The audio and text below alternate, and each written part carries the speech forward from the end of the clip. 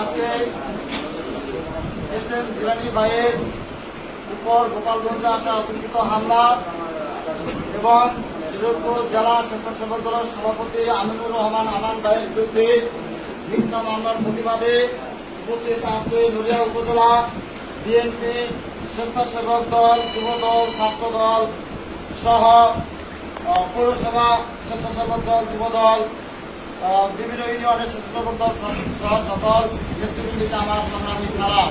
প্রিয় নেতৃবৃন্দ, আজকে আপনারা উপস্থিত হয়েছেন একটি প্রতিবাদ সভা। সেটি হচ্ছে জিলানী ভাইয়ের উপরে এই সন্ত্রাসী আওয়ামী লীগের 16 বছর তো জ্বালাইছে, এখন দেশটা একটু শান্ত হয়েছে, এখন আবার জ্বালানি শুরু করছে। এই জিলানী ভাইয়ের সাথে আরো দুইজনকে হত্যাও করেছে। আওয়ামী লীগ হচ্ছে খুনির দল, ওরা খুনকে পছন্দ করে। ছাত্র জনতা 1000 ছাত্র জনতাকে গণহত্যা করে এটা সন্তান পালাইছে, তবু ওদের লাশ ফালানো ওদের মন থেকে আমরা যায় না। এই কারণে জিলানী ভাইয়ের গোপালগঞ্জে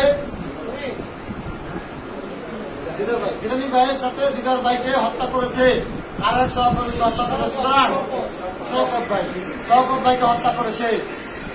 এজন্য আমরা আজকে প্রতিবাদ সভায় একটি শব্দ শুধু বলতে চাই যে নড়িয়াতে ওই যে আগে আমরা বলছি যে প্রতিবাদ করবো, প্রতিবাদ না প্রতিহত করবো আজকে থেকে